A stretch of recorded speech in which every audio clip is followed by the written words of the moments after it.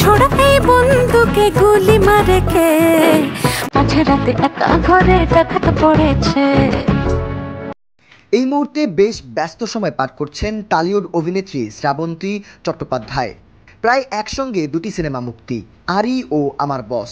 দুই সিনেমাতেই আকর্ষণের কেন্দ্রে রয়েছেন তিনি। বহু বছর পর আরি ছবিতে আইটেম গানে নাচলেন শ্রাবন্তী। ইতিমধ্যেই শ্রাবন্তীর ডাক পড়েছে গানটি ভাইরাল হয়েছে সামাজিক মাধ্যমে। পাশাপাশি আমার বস ছবিতে শ্রাবন্তী ধরা দিলেন সাহসী এক চরিত্রে। অভিনেতা শিবপ্রসাদ মুখোপাধ্যায় সিনেমাটিতে শ্রাবন্তীর খোলা পিঠে প্রেমের অন্তরঙ্গ মুহূর্তে কবিতা লিখেছেন। তাকে পর্দায় এর আগে এমন সাহসী পদক্ষেপ করতে দেখা যায়নি। ইতোমধ্যেই সেই দৃশ্য নিয়ে শুরু হয়েছে ফিসফিস। নায়িকা অবশ্য আপ্লুত এমন একটা চরিত্র পেয়ে। নিজের এই উপলব্ধি নিয়ে ভারতীয় সংবাদ মাধ্যম আনন্দবাজারে কথা বলেছেন শ্রাবন্তী।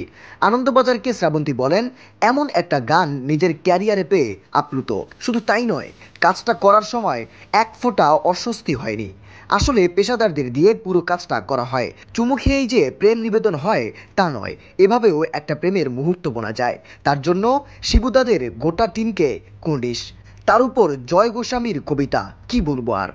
একইভাবে ডাক পড়েছে গানটি সাড়া তুলেছে বলে খুশি নায়িকা। যশ নুসরাতের প্রযোজনায় আরি সিনেমায় ব্যবহার করা হয়েছে এই আইটেম গান।